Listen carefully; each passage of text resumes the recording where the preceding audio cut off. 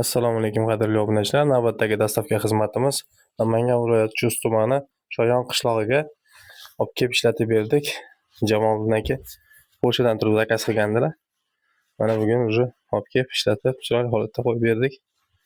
Sizlar ham zakaz qilishingiz mumkin. Ekrandagi telefon nomerlariga aloqaga chiqaverasizlar. WhatsApp, Telegram ulangan.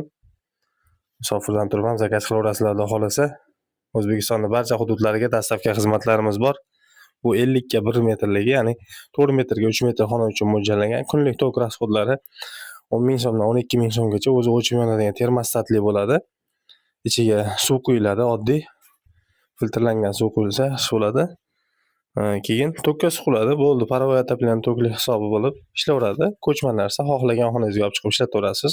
Ustiga bemalol kiyimlarni qo'yib quritib olsangiz ham bo'ladi. Barchaga omad. Videoga like bosib, kanalga obuna bo'lib qo'yinglar. Xudo xolasa sizlarga ham yetkazib beramiz.